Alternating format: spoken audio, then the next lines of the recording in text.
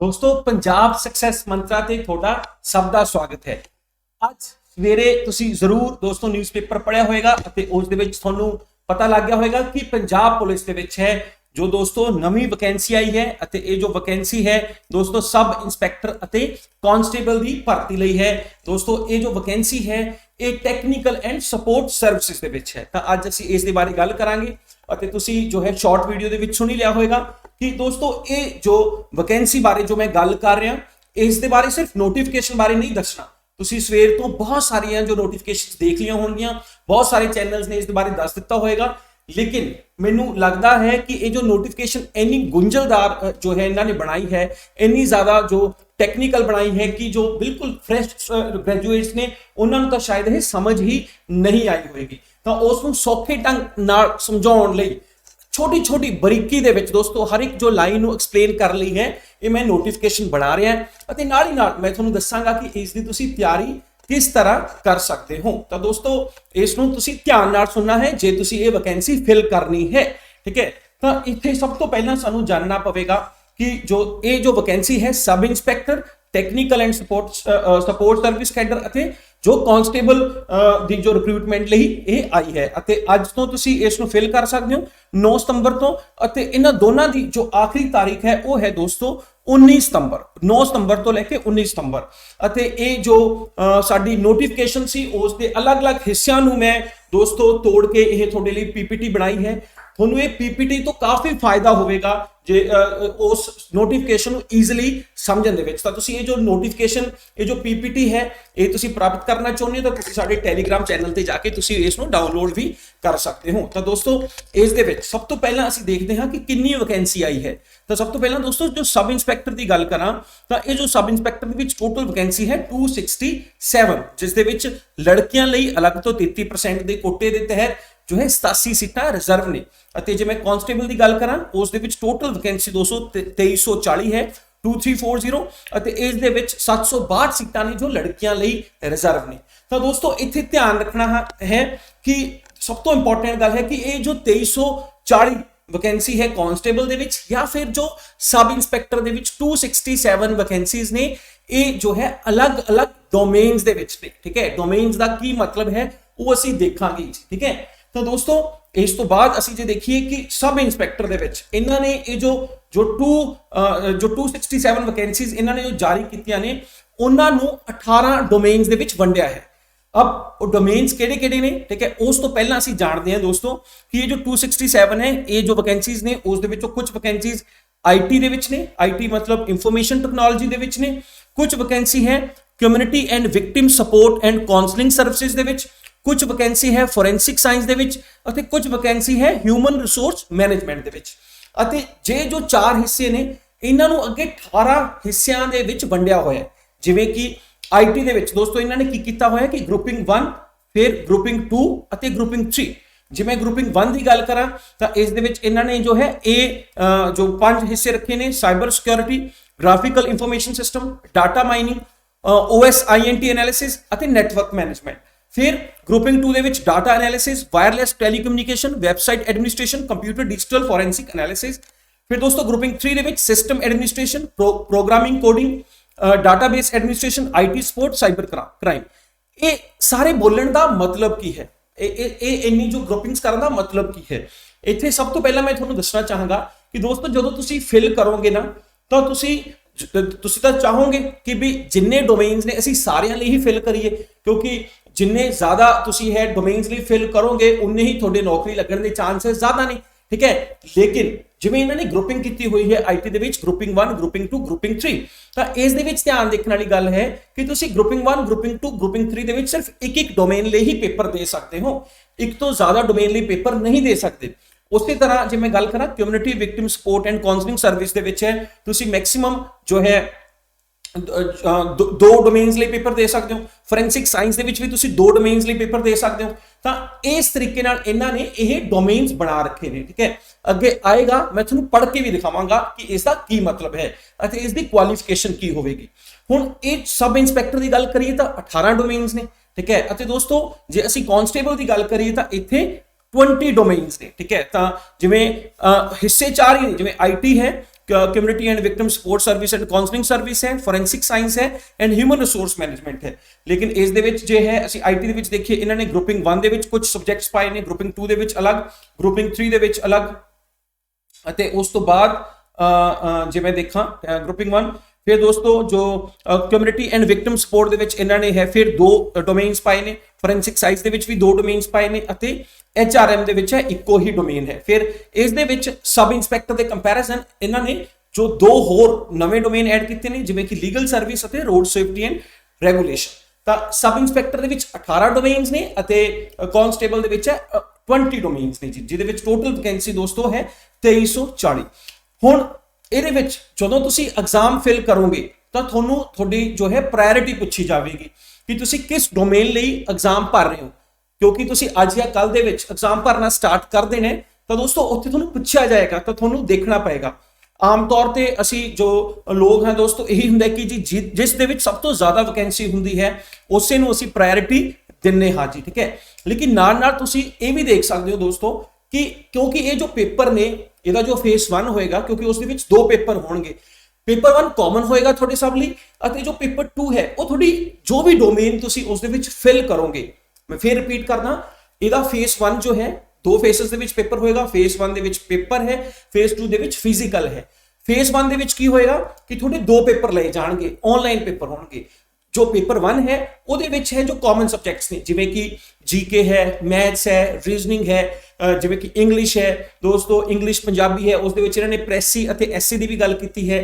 ਇਸ ਤੋਂ ਇਲਾਵਾ ਕੰਪਿਊਟਰ ਹੈ, ਬੇਸਿਕ ਕੰਪਿਊਟਰ। ਲੇਕਿਨ ਜੋ ਉਸ ਦਾ ਟੈਸਟ 2 ਹੈ ਉਸ ਦੇ ਵਿੱਚ ਤੁਹਾਨੂੰ ਜੋ ਹੈ ਜੋ ਐਕਸਕਲੂਸਿਵ 2 ਘੰਟੇ ਦਾ ਪੇਪਰ ਹੋਏਗਾ ਇਸ ਸਪੈਸ਼ਲਾਈਜੇਸ਼ਨ ਦੇ ਵਿੱਚ, ਠੀਕ ਹੈ। ਤਾਂ ਜੋ ਵੀ ਇਹ ਡੋਮੇਨ ਦਿੱਤਾ ਹੈ, ਜਿਵੇਂ ਤੁਸੀਂ ਮੰਨ ਲਓ ਸਾਈਬਰ ਸਿਕਿਉਰਿਟੀ ਨੂੰ ਤੁਸੀਂ ਡੋਮੇਨ ਨੂੰ ਪ੍ਰਾਇੋਰਟੀ ਦਿੱਤੀ ਹੈ ਤਾਂ ਸਾਈਬਰ ਸਿਕਿਉਰਿਟੀ ਨਾਲ ਜੁੜੇ ਤੁਹਾਡੇ ਤੋਂ ਕੁਐਸਚਨਸ ਪੁੱਛੇ ਜਾਣਗੇ, ਜਾਂ ਫਿਰ ਤੁਸੀਂ ਕਹੋ ਕਿ ਤੁਸੀਂ ਡਾਟਾ ਐਨਾਲਿਟਿਕਸ ਨੂੰ ਜੋ ਹੈ ਪ੍ਰਾਇੋਰਟੀ ਦਿੱਤੀ ਹੈ ਤਾਂ ਇਸ ਨਾਲ ਜੁੜੇ ਤੁਹਾਡੇ ਤੋਂ ਕੁਐਸਚਨਸ ਪੁੱਛੇ ਜਾਣਗੇ। ਤਾਂ ਤੁਹਾਨੂੰ ਜੋ ਪ੍ਰਾਇੋਰਟੀ ਹੈ 2 ਤਰੀਕੇ ਨਾਲ ਦੇ ਸਕਦੇ ਹੋ, ਜਾਂ ਤਾਂ ਤੁਸੀਂ ਇਹ ਦੇ ਸਕਦੇ ਹੋ ਕਿ ਜਿਹਦੇ ਵਿੱਚ ਵੈਕੈਂਸੀ ਜ਼ਿਆਦਾ ਹੋਵੇ, ਜਾਂ ਫਿਰ ਤੁਸੀਂ ਇਸ ਤਰੀਕੇ ਨਾਲ ਦੇਖ ਸਕਦੇ ਹੋ ਕਿ ਜੋ ਸਬਜੈਕਟ ਤੁਹਾਡਾ ਬਹੁਤ ਚੰਗਾ ਹੋਵੇਗਾ, ਠੀਕ ਹੈ, ਜਾਂ ਫਿਰ ਤੁਸੀਂ ਗ੍ਰੈਜੂਏਸ਼ਨ ਪੋਸਟ ਗ੍ਰੈਜੂਏਸ਼ਨ ਵਿੱਚ ਉਸ ਨੂੰ ਬਹੁਤ ਚੰਗੀ ਤਰ੍ਹਾਂ ਪੜਿਆ ਹੋਵੇਗਾ ਤਾਂ ਉਸ ਤਰੀਕੇ ਨਾਲ ਵੀ ਤੁਸੀਂ ਇਸ ਨੂੰ ਵੇਖ ਸਕਦੇ ਹੋ ਜੀ, ਠੀਕ ਹੈ। ਤਾਂ ਆਈ ਹੋਪ ਸੋ ਇਹ ਕਲੀਅਰ ਹੋਵੇਗਾ। ਜੇ ਨਹੀਂ ਵੀ ਹੋਇਆ ਕਲੀਅਰ ਤਾਂ ਤੁਸੀਂ ਸਾਨੂੰ ਕਾਲ ਕਰ ਸਕਦੇ ਹੋ ਦੋਸਤੋ। ਫਿਰ ਉਸ ਤੋਂ ਬਾਅਦ ਇਸੇ ਤਰ੍ਹਾਂ ਕਾਂਸਟੇਬਲ ਦੇ ਵਿੱਚ ਵੀ ਸੇਮ ਟੂ ਸੇਮ ਹੈ ਕਿ ਤੁਹਾਨੂੰ ਪ੍ਰਾਇੋਰਟੀ ਦੇਣੀ ਪਏਗੀ ਕਿ ਤੁਸੀਂ ਜੋ ਹੈ किस जो है डोमेन ਲਈ है पेपर देना चाहते हो जो टेस्ट 2 है जी, ठीक है। ਅਤੇ ਇਹਦੇ ਵਿੱਚ ਵੈਕੈਂਸੀ ਹੈ ਟੋਟਲ 2340 ਜੀ। ਫਿਰ ਇਸ ਤੋਂ ਇਲਾਵਾ ਦੋਸਤੋ ਜੋ ਕੰਡੀਸ਼ਨਸ ਨੇ ਕੁਝ ਕਾਂਸਟੇਬਲ ਲਈ, ਠੀਕ ਹੈ, ਅਤੇ ਸਬ ਇੰਸਪੈਕਟਰ ਲਈ ਦੋਨਾਂ ਲਈ ਕੁਝ ਕੰਡੀਸ਼ਨਸ ਨੇ। ਜਿਵੇਂ ਕਿ ਕਾਂਸਟੇਬਲ ਦੀ ਸਭ ਤੋਂ ਪਹਿਲਾਂ ਅਸੀਂ ਗੱਲ ਕਰਾਂਗੇ ਤਾਂ ਕਾਂਸਟੇਬਲ ਦੇ ਵਿੱਚ ਜੋ ਮੈਂ ਤੁਹਾਨੂੰ ਆਲਰੇਡੀ ਗੱਲ ਦੱਸ ਚੁੱਕਿਆ ਦੋਸਤੋ ਕਿ ਤੁਹਾਨੂੰ ਜੋ ਹੈ ਹਰੇਕ ਡੋਮੇਨ ਦੇ ਵਿੱਚ ਹੈ ਚੂਜ਼ ਕਰਨਾ ਪਵੇਗਾ, ਠੀਕ ਹੈ। in case the candidate applies in the IT, ਜੇ ਤੁਸੀਂ IT ਦੇ ਵਿੱਚ ਹੈ ਅਪਲਾਈ ਕਰ ਰਹੇ ਹੋ, shall have the option to apply in maximum, ਤੁਸੀਂ ਮੈਕਸਿਮਮ 3 ਸਪੈਸ਼ਲਾਈਜੇਸ਼ਨ ਲਈ ਇਹ ਫਾਰਮ ਫਿਲ ਕਰ ਸਕਦੇ ਹੋ ਤੇ ਹਰੇਕ ਗਰੁੱਪਿੰਗ ਦੇ ਵਿੱਚ, ਠੀਕ ਹੈ, ਜਿਵੇਂ ਇੱਕ ਗਰੁੱਪਿੰਗ 1 2 3 ਉਹਦੇ ਵਿੱਚੋਂ ਤੁਸੀਂ ਜੋ ਹੈ ਨੋਟ ਮੋਰ ਦੈਨ 1 ਸਪੈਸ਼ਲਾਈਜੇਸ਼ਨ, ਹਰੇਕ ਗਰੁੱਪ ਦੇ ਵਿੱਚੋਂ ਸਿਰਫ ਇੱਕ ਹੀ ਜੋ ਹੈ ਡੋਮੇਨ ਚੁਣ ਸਕਦੇ ਹੋ ਜੀ, ਠੀਕ ਹੈ, ਜੋ ਮੈਂ ਆਲਰੇਡੀ ਤੁਹਾਨੂੰ ਦੱਸ ਚੁੱਕਿਆ ਹਾਂ। ਫਿਰ ਵੀ ਜੋ ਇਹਦੇ ਵਿੱਚ ਲਿਖਿਆ ਹੋਇਆ ਮੈਂ ਤੁਹਾਨੂੰ ਲਿਖਤ ਰੂਪ ਦੇ ਵਿੱਚ ਵੀ ਦੋਸਤੋ ਇਹ ਪੀਪੀਟੀ ਹੈ ਸ਼ੇਅਰ ਕਰ ਦਾਂਗਾ, ਠੀਕ ਹੈ। ਉਸੇ ਤਰੀਕੇ ਨਾਲ ਜੋ ਕਮਿਊਨਿਟੀ ਐਂਡ ਵਿਕਟਿਮ ਦੇ ਵਿੱਚ ਹੈ ਤੁਸੀਂ ਘੱਟੋ ਘੱਟ ਦੋਸਤੋ ਜੋ ਹੈ 2 ਸਪੈਸ਼ਲਾਈਜੇਸ਼ਨ ਤੋਂ ਜ਼ਿਆਦਾ ਨਹੀਂ ਫਿਲ ਕਰ ਸਕਦੇ। ਉਸੇ ਤਰ੍ਹਾਂ ਫੋਰੈਂਸਿਕ ਸਾਇੰਸ ਦੇ ਵਿੱਚ ਵੀ ਤੁਸੀਂ 2 ਸਪੈਸ਼ਲਾਈਜੇਸ਼ਨ ਤੋਂ ਜ਼ਿਆਦਾ ਫਿਲ ਨਹੀਂ ਕਰ ਸਕਦੇ ਜੀ, ਠੀਕ ਹੈ।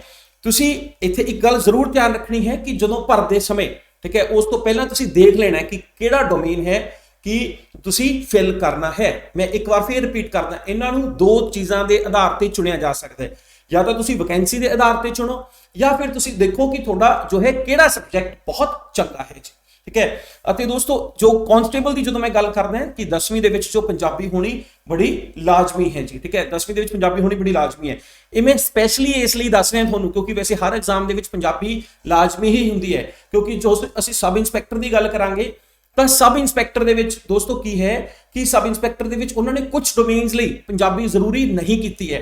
ਉਹਨਾਂ ਦੇ ਵਿੱਚ ਉਹਨਾਂ ਨੇ ਕਿਹਾ ਕਿ ਬਈ ਤੁਸੀਂ ਸਰਵਿਸ ਤੋਂ ਬਾਅਦ 2 ਸਾਲ ਦੇ ਵਿੱਚ ਹੈ ਪੰਜਾਬੀ ਕਰ ਲਓਗੇ, ਸਾਨੂੰ ਕੋਈ ਦਿੱਕਤ ਨਹੀਂ ਹੈ। ਲੇਕਿਨ ਬਾਕੀ ਡੋਮੇਨਸ ਜਾਂ ਫਿਰ ਕਾਂਸਟੇਬਲ ਦੇ ਵਿੱਚ ਤੁਹਾਨੂੰ ਜੋ ਹੈ 10ਵੀਂ ਪੰਜਾਬੀ ਹੋਣੀ ਥੋੜੀ ਲਾਜ਼ਮੀ ਹੈ ਜੀ।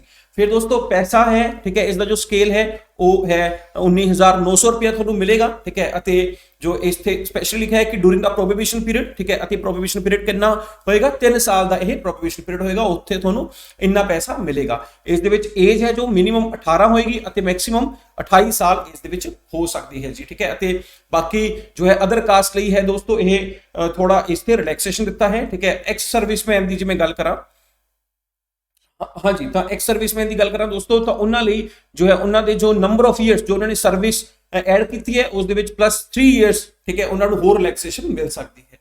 फिर इस तो इलावा फिजिकल स्टैंडर्ड्स ने इस जो मेल्स ने उन्होंने जो हाइट है 5 फुट 4 इंच, ठीक है। इतने मैं फिर रिपीट करना, मैं कांस्टेबल की गल कर रहा, फीमेल्स की जो हाइट है 5 फुट होनी चाहिए है जी।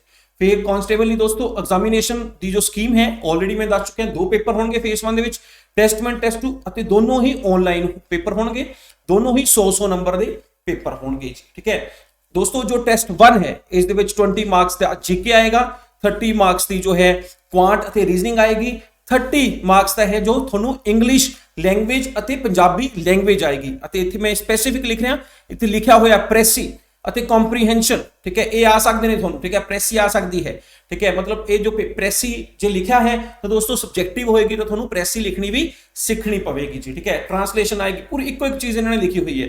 तो 30 मार्क्स दी लैंग्वेजेस ने, 30 मार्क्स का क्वांट रीजनिंग है, 20 मार्क्स की जो थोड़ी जो है जीके है, दोस्तों 20 मार्क्स का थोड़ा बेसिक कंप्यूटर नॉलेज है जी, ठीक है। तो टोटल ये जे असीं देखिए 100 मार्क्स का पेपर होएगा, इस दे विच जो है there will be negative marking और 25%, मतलब 1/4 थोड़ी जो है नेगेटिव मार्किंग इहदे विच होवेगी जी दोस्तों। फेस 1 दे विच जो टेस्ट 2 है, टेस्ट 1 सब लई कॉमन है, हुण जो टेस्ट 2 होएगा वो 100 नंबर का होएगा, 2 घंटे का होएगा। पहला जो पेपर वो भी 2 घंटे का है, ये भी 2 घंटे का होएगा। इस दे विच दोस्तों जो है core competence of the candidate in the domain knowledge of the respective domain, तो जो भी डोमेन तुसी चूज करोगे उसकी कोर नॉलेज थोनू होनी चाहिए है, ठीक है। कोर दे विच ये थोनू है क्वेश्चंस पूछे जाणगे, जो 100 क्वेश्चंस होणगे थोनू, जे तुसी सपोज करो आप एक एग्जाम्पल ले लेने, ठीक है, पिछे चले जाने जो असी डोमेन्स की गल कर रहे सी, मान लो तुसी साइबर सिक्योरिटी जे चुनिया है, तो दोस्तों साइबर सिक्योरिटी की इको एक चीज थोनू पता होनी चाहिए है। इवन एक चीज चंगी की है, ठीक है, इस नोटिफिकेशन दे विच कि इन्होंने जो है दोस्तों ये जिन्ने भी डोमेन्स ने उन्होंने पूरी जो डिटेल जो है सिलेबस दिता है। जिवें एक एग्जाम्पल मैं थोड़ा दिखाना चाहांगा कि जिवें साइबर सिक्योरिटी की गल करा, ठीक है, तो इस दे विच दोस्तों इन्होंने दस्या है कि ए syllabus fundamentals of cyber security, security architecture, network and communication security, web application security, ethical hacking and VAPT, cyber forensic and investigation, malware analysis. तो इस तरीके इन्होंने हरेक डोमेन का एवरी डोमेन, ठीक है, उसका पूरा जो सिलेबस है इन्होंने नोटिफिकेशन दिता हुआ है। नोटिफिकेशन वैसे थोड़ा मिल ही गया होना, लेकिन जो नहीं भी मिले तो दोस्तों साडा जो टैलीग्राम चैनल है उत्थे जाके तुसी इसनू वेख सकते हो जी, ठीक है। फिर उस तो बाद ਅਸੀਂ ਕੁਆਲੀਫਿਕੇਸ਼ਨ ਦੀ ਗੱਲ ਕਰੀਏ, ठीक है, ये मैं जो शुरुआती दौर ਦੇ ਵਿੱਚ ਕਾਂਸਟੇਬਲ ਦੀ ਗੱਲਾਂ ਕਰ ਰਹੇ ਹਾਂ ਜਿਹਦੇ ਵਿੱਚ 20 ਡੋਮੇਨਸ ਨੇ। ਤਾਂ ਦੋਸਤੋ ਇਹ ਜੋ IT ਨਾਲ ਜੁੜੇ ਡੋਮੇਨਸ ਨੇ ਇਹਦੇ ਵਿੱਚ ਤੁਸੀਂ ਫਿਲ ਕਰ ਸਕਦੇ ਹੋ। ਜੇ ਤੁਸੀਂ ਬੈਚਲਰ ਡਿਗਰੀ ਕੀਤੀ ਹੈ ਘੱਟੋ ਘੱਟ 3 ਸਾਲ ਦੀ, ਆਮ ਤੌਰ ਤੇ ਆਪਣੀ ਬੀਟੈਕ ਹੀ 4 ਸਾਲ ਦੀ ਹੁੰਦੀ ਹੈ, ਜਾਂ ਫਿਰ ਤੁਸੀਂ ਜੋ ਬੈਚਲਰ ਡਿਗਰੀ ਕੀਤੀ ਹੈ 3 ਸਾਲ ਦੀ, ਜਿਵੇਂ ਕਿ ਕੰਪਿਊਟਰ ਸਾਇੰਸ ਦੇ ਵਿੱਚ ਜਾਂ ਇਲੈਕਟ੍ਰੋਨਿਕਸ ਦੇ ਵਿੱਚ। ਹੁਣ ਦੇਖੋ जो BCA की है जिसने, इतने देखो कंप्यूटर एप्लीकेशन भी लिखा है, जिसने BCA भी की है वो भी इसको फिल कर सकता है। जिसने MSc IT की है जी 2 साल की, वो भी इसको फिल कर सकता है। जिसने MCA की है वो भी फिल कर सकता है। दोस्तों जिन्होंने BTech की है जी, ठीक है, चाहे वो कंप्यूटर साइंस दे विच होवे, इलैक्ट्रॉनिक्स दे विच होवे, इंस्ट्रूमेंटेशन दे विच होवे, कम्युनिकेशन दे विच होवे, IT दे विच होवे, जो है इस तो बाद मैकाट्रॉनिक्स दे विच होवे, ठीक है, डाटा साइंसेस दे विच होवे, तां ओह तां फिल करनगे ही करनगे। लेकिन तुसीं जे BCA MCA या दोस्तों BSc IT, ठीक है, या फिर तुसी कह सकते हो MSc IT की है, MC किया, फिर तुसी इस दे बिल्कुल एलिजिबल हो, ठीक है। तो थोड़ी जो यूनिवर्सिटी है वो रिकॉग्नाइज्ड यूनिवर्सिटी होनी चाहिए है, AICT तो all India council of technical education तो रिकॉग्नाइज्ड यूनिवर्सिटी होनी चाहिए है। फिर इस तो अलावा जे मैं गल करा दोस्तों जो OSINT की जो गल करा इस दे विच है bachelor degree in any field, ठीक है, चाहे किसी भी फील्ड दे विच बैचलर होवे, लेकिन घट्टो घट OSINT दे विच 1 साल का डिप्लोमा होना बड़ा जरूरी है।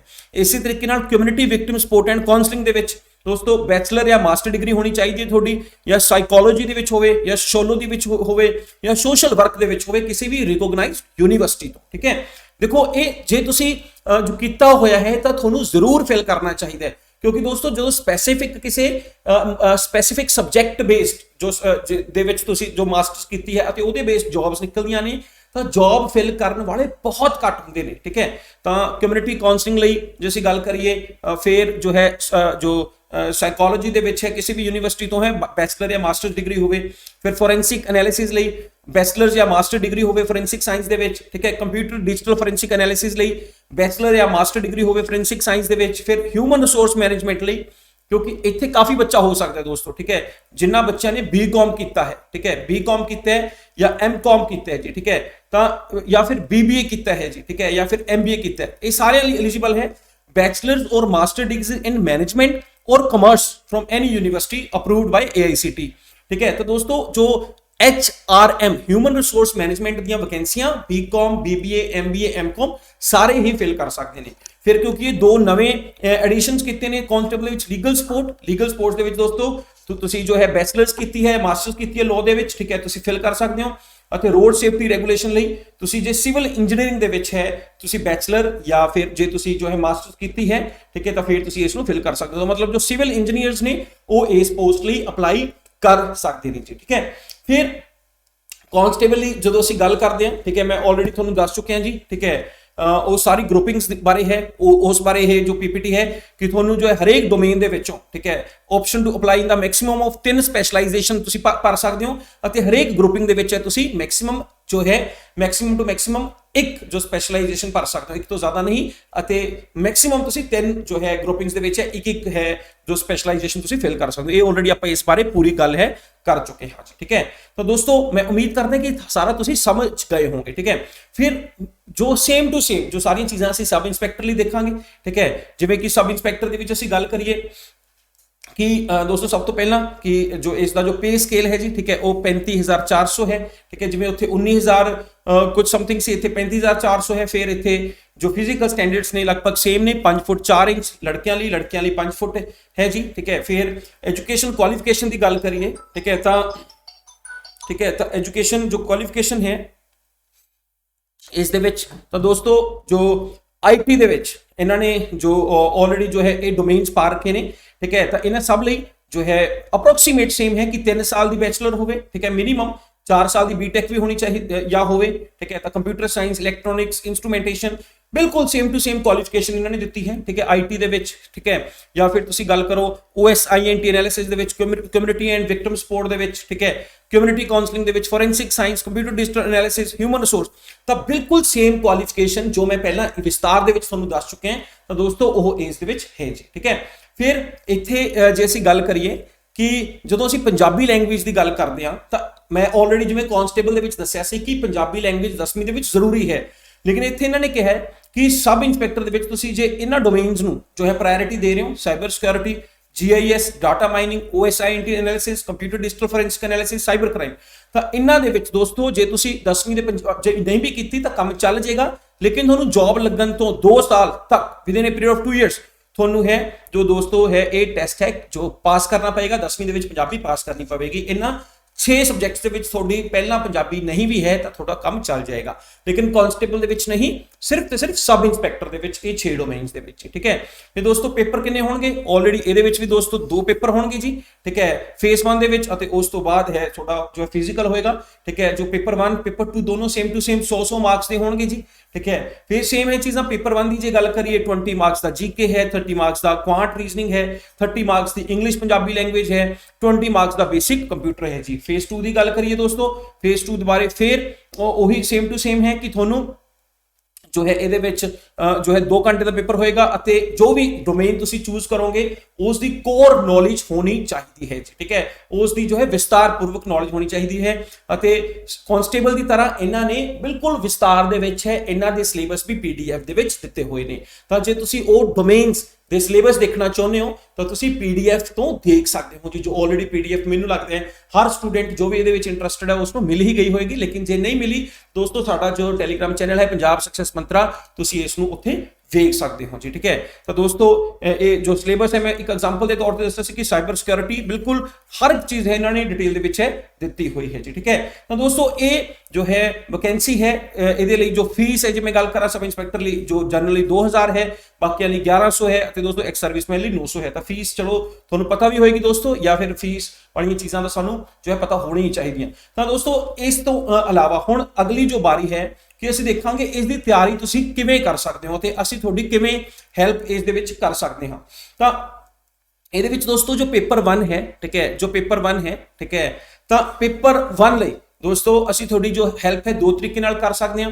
ਜਿਨ੍ਹਾਂ ਸਟੂਡੈਂਟਸ ਨੇ ਜੋ ਹੈ ਇਹ ਕੁਆਲੀਫਿਕੇਸ਼ਨ ਉਹ ਜੇ ਰੱਖਦੇ ਨੇ ਜੋ ਇਸ ਪੇਪਰ ਦੇ ਵਿੱਚ ਮੰਗੀ ਹੋਈ ਹੈ, ਤਾਂ ਦੋਸਤੋ ਫਿਰ ਜੇ ਤੁਸੀਂ ਪਹਿਲਾਂ ਵੀ ਐਗਜ਼ਾਮਸ ਦਿੱਤੇ ਨੇ, ਸਬ ਇੰਸਪੈਕਟਰ ਦਾ ਐਗਜ਼ਾਮ ਦਿੱਤਾ ਹੈ, ਕਾਂਸਟੇਬਲ ਦਾ ਦਿੱਤਾ ਹੈ, ਠੀਕ ਹੈ, ਤੇ ਉਹਨਾਂ ਦੀ ਤੁਸੀਂ ਜੋ ਬਹੁਤ ਚੰਗੇ ਤਰੀਕੇ ਨਾਲ ਜੇ ਤੁਸੀਂ ਤਿਆਰੀ ਕੀਤੀ ਹੈ ਤਾਂ ਦੋਸਤੋ ਫਿਰ ਤੁਹਾਨੂੰ ਹੈ ਜੋ ਹੈ ਪੂਰਾ ਜੋ ਬੈਚ ਲੈਣ ਦਾ ਕੋਈ ਬੈਨੀਫਿਟ ਨਹੀਂ ਹੋਏਗਾ। ਤਾਂ ਮੈਂ ਤੁਹਾਨੂੰ ਕਹਾਂਗਾ ਗੋ ਫੋਰ ਦਾ ਟੈਸਟ ਸੀਰੀਜ਼। ਠੀਕ ਹੈ, ਤਾਂ ਤੁਸੀਂ ਸਾਡੇ ਤੋਂ ਟੈਸਟ ਸੀਰੀਜ਼ ਲੈ ਸਕਦੇ ਹੋ ਦੋਸਤੋ। ਠੀਕ ਹੈ, ਅਤੇ ਜੇ ਤੁਹਾਨੂੰ ਲੱਗਦਾ ਹੈ ਦੋਸਤੋ ਕਿ ਉਸ ਵਕਤ ਤੁਸੀਂ ਸੀਰੀਅਸ ਹੋ ਕੇ ਤਿਆਰੀ ਨਹੀਂ ਕੀਤੀ ਜਾਂ ਫਿਰ ਤੁਸੀਂ ਇਸ ਦੀ ਤਿਆਰੀ ਹੀ ਨਹੀਂ ਕੀਤੀ, ਇਸ ਤੋਂ ਪਹਿਲਾਂ ਤੁਹਾਡੀ ਕੁਆਲੀਫਿਕੇਸ਼ਨ ਨਾਲ ਰਿਗਾਰਡਿੰਗ ਕੋਈ ਜੌਬ ਹੀ ਨਹੀਂ ਆਈ ਸੀ, ਤਾਂ ਦੋਸਤੋ ਤੁਸੀਂ ਸਾਡੇ ਤੋਂ ਪੂਰਾ ਬੈਚ ਵੀ ਲੈ ਸਕਦੇ ਹੋ। ਤਾਂ ਤੁਸੀਂ ਇਸ ਦਾ ਇੱਕ ਜੋ ਬੈਚ ਹੈ ਉਹ ਵੀ ਦੋਸਤੋ ਅਗਲੇ ਹਫਤੇ ਤੋਂ ਮੰਡੇ ਤੋਂ ਸਟਾਰਟ ਕਰ ਰਹੇ ਹਾਂ ਅਤੇ ਟੈਸਟ ਸੀਰੀਜ਼ ਵੀ ਜੋ ਹੈ ਇਸ ਨੂੰ ਵੀ ਅਸੀਂ ਮੰਡੇ ਤੋਂ ਲਾਂਚ ਕਰ ਦਵਾਂਗੇ। ਠੀਕ ਹੈ, ਜਿਹਦੇ ਵਿੱਚ ਦੋਸਤੋ 10 ਟੈਸਟ ਹੋਣਗੇ ਅਤੇ ਪੂਰੇ ਐਨਾਲਿਸਿਸ ਨਾਲ ਹੋਣਗੇ। ਅਤੇ ਇਹ ਜੋ ਬੈਚ ਹੋਣਗੇ ਅਸੀਂ ਜੋ ਇਸ ਦਾ ਪੇਪਰ 1 ਹੈ, ਪੇਪਰ 1 ਲਈ ਇਹ ਜੋ ਬੈਚਸ ਅਸੀਂ ਸਟਾਰਟ ਕਰ ਰਹੇ ਹਾਂ ਦੋਸਤੋ, ਇਸ ਦੇ ਵਿੱਚ ਸਾਡਾ ਜੋ ਮਕਸਦ ਹੈ, ਠੀਕ ਹੈ, ਸਾਡਾ ਮਕਸਦ ਤੁਹਾਨੂੰ ਹੈ ਸਿਰਫ ਤੇ ਸਿਰਫ ਇੱਥੇ ਜੋ ਹੈ ਸਿਲੇਬਸ ਕੰਪਲੀਟ ਕਰਨਾ ਨਹੀਂ ਹੈ। ਠੀਕ ਹੈ, ਸਿਲੇਬਸ ਦੇ ਨਾਲ ਹੈ ਤੁਹਾਡੀ ਪ੍ਰੈਕਟਿਸ ਕਿੰਨੀ ਹੋਵੇ। ਠੀਕ ਹੈ, ਤਾਂ ਸਾਡੀ ਕੋਸ਼ਿਸ਼ ਹੁੰਦੀ ਹੈ ਕਿ ਅਸੀਂ ਪ੍ਰੈਕਟਿਸ ਮੈਕਸਿਮਮ ਟੂ ਮੈਕਸਿਮਮ ਕਰਾਈਏ, ਤਾਂ ਤੁਹਾਨੂੰ ਹਰੇਕ ਜੋ ਚੈਪਟਰ ਹੋਣਗੇ ਮੈਥ ਦੇ, ਰੀਜ਼ਨਿੰਗ ਦੇ, ਜੀਕੇ ਦੇ, ਤਾਂ ਤੁਹਾਨੂੰ ਉਹਨਾਂ ਦੇ ਸੈਪਰੇਟ ਟੈਸਟ ਇੰਡੀਵਿਜੂਅਲ ਜੋ ਸਾਡੇ ਜੋ ਚੈਪਟਰਸ ਹੋਣਗੇ, ਮੰਨ ਲਵੋ ਜਿਵੇਂ ਮੈਥ ਹੈ ਤਾਂ ਪਰਸੈਂਟੇਜ ਹੈ, ਉਸ ਦਾ ਪ੍ਰੋਫਿਟ ਐਂਡ ਲਾਸ ਹੈ, ਤਾਂ ਉਹਨਾਂ ਦੀ ਤੁਹਾਨੂੰ ਪ੍ਰੈਕਟਿਸ ਸ਼ੀਟਸ ਦਿੱਤੀਆਂ ਜਾਣਗੀਆਂ ਤਾਂ ਕਿ ਤੁਸੀਂ ਜੋ ਹੈ ਉਹਨਾਂ ਦੀ ਪ੍ਰੈਕਟਿਸ ਸ਼ੀਟਸ ਕਰਕੇ ਹੈ ਡਾਊਟਸ ਪੁੱਛ ਸਕੋ। ਕਿਉਂਕਿ ਦੋਸਤੋ ਅਸੀਂ ਜੋ ਇਹਨਾਂ ਦੇ ਜੋ ਲੈਕਚਰਸ ਨੇ, ਠੀਕ ਹੈ, ਉਹ ਤੁਹਾਨੂੰ ਹੈ ਬੜੀ ਜਲਦੀ ਹੀ ਪ੍ਰੋਵਾਈਡ ਕਰ ਦਾਂਗੇ। ਉਹਦੇ ਲਈ ਅਸੀਂ 1 ਮਹੀਨੇ ਤੱਕ ਤੁਹਾਡੇ ਲਈ ਬੈਚ ਨਹੀਂ ਚਲਾਵਾਂਗੇ ਕਿਉਂਕਿ ਦੋਸਤੋ ਇਸ ਦੇ ਵਿੱਚ ਜੋ ਵਕਤ ਬਹੁਤ ਥੋੜਾ ਹੈ। ठीक है, मेरा मानना है क्योंकि 29 सितंबर लास्ट है तो इन्होंने अक्टूबर दे जो है मिड या लास्ट तक है, अक्टूबर लास्ट तक है पेपर लेना है, अक्टूबर तो लेट नहीं करेंगे। तो असी जो है दोस्तों कोशिश यही है साडी कि असी तुहानू है चैप्टर वाइज दिंदे रहिए, चैप्टर्स दे फिर थोड़े तो असी डाउट जरूर लवांगे और फिर प्रैक्टिस हर एक चैप्टर की प्रैक्टिस होएगी। जिवें जीके है तो हिस्ट्री है, मैं तुहानू पहले ही दिन दे दांगा हिस्ट्री पूरी, ठीक है। फिर हिस्ट्री के जिन्ने भी डाउट्स ने असी 2 दिन 3 दिन लावांगे, हिस्ट्री के ऊपर 4 दिन, फिर थोड़ा मैं टेस्ट लवांगा ताकि थोड़ी जो तैयारी है, ठीक है, वो बेटर हो सके। क्योंकि तैयारी है जो एक्चुअल तैयारी है वो सिलेबस पूरा होने तो बाद ही हुंदी है। तो दोस्तों असी सिलेबस नूं कंप्लीट करन च 1 महीना 1.5 महीना नहीं लाउणा, तो असी तुहानू पहला ही जो है इस दे रिकॉर्डेड लेक्चर्स दवांगे, लेकिन उस तो बाद उन्हां नूं डिस्कस थोड़े डाउट्स लवांगे अते तुहानू प्रैक्टिस शीट्स दवांगे ताकि थोड़ी जो तैयारी है बेहतरीन तरीके नाल हो सके। अते जे तुहानू लगदा है कि तुसी तैयारी पहला बेहतरीन तरीके नाल कीती है तो दोस्तों तुसी साडी टेस्ट सीरीज भी लै सकदे हो। जित्थों तक गल पेपर 2 दी है जी, ठीक है, तो पेपर 2 दोस्तों असी जो है कई डोमेन्स दे विच लॉन्च करन जा रहे हैं, ठीक है। तो तुसी पेपर 2 जो भी डोमेन्स तुसी जो चाहुंदे हो तो पेपर 2 है तो पेपर 2 बारे जानकारी ले सकते हो। उसके जो सारे डोमेन्स तो नहीं लेकिन मैक्सिमम डोमेन्स है साडा जो ये प्लेटफॉर्म है पंजाब सक्सेस मंत्रा कवर करेगा, ठीक है। ਅਤੇ जो दोस्तों तुसी पेपर 2 ਦਾ ਜੇ ਹੈ ਲੈਣਾ ਚਾਹੁੰਦੇ ਹੋ, ਕਿਉਂਕਿ ਦੇਖੋ ਜੇ ਤੁਸੀਂ ਆਪਣੀ ਗ੍ਰੈਜੂਏਸ਼ਨ ਪੋਸਟ ਗ੍ਰੈਜੂਏਸ਼ਨ ਚੰਗੇ ਤਰੀਕੇ ਨਾਲ ਕੀਤੀ ਹੈ ਤਾਂ ਤੁਸੀਂ ਉੱਥੋਂ ਵੀ ਪੜ੍ਹ ਸਕਦੇ ਹੋ। लेकिन जो है कोचिंग लैंड का यही बेनिफिट होंगे कि थोड़े समय दे विच है असी ज़्यादा चीज़ां कंपीटीशन के अकॉर्डिंग चीज़ां जो है कर लेंगे। हाँ जी, तो ये एक बेनिफिट होंगे। तो साडी तैयारी इस तरीके नाल है जी कि असी तुहानू इस तरीके नाल हेल्प कर सकते हैं पेपर 1 पेपर 2 दे विच, ठीक है। अते दोस्तों जो है इस जॉब नूं जे तुसीं प्राप्त करना चाहुंदे हो तो दोस्तों या इस बारे कोई भी जो जानकारी लेना चाहुंदे हो तो तुसीं साडे इन्हां नंबरां ते कॉल कर सकते हो 8360044357 और दूजा नंबर दोस्तों मेरा पर्सनल नंबर है 9417828056, इस ते तुसीं मैसेज कर सकते हो, कॉल भी कर सकते हो। तो इस जो PDF बारे है पूरी जो जानकारी लेनी होवे या फिर साडे किसी भी बैच बारे जानकारी लेनी होवे या फिर तुसी जो है सिर्फ सजेशंस लेना होवे कि इस तैयारी नूं किवें तुसी बेटर कर सकते हो, ठीक है, किस तरीके नाल तुसी स्ट्रेटजी बना सकते हो, वो भी तुसी साडे नाल साझी कर सकते हो। दोस्तों बहुत बहुत धन्यवाद, मैं उम्मीद करदा कि इस डिटेल एनालिसिस नाल तुहानू जरूर बेनिफिट होवेगा, ठीक है। बहुत बहुत धन्यवाद, good luck, all the best.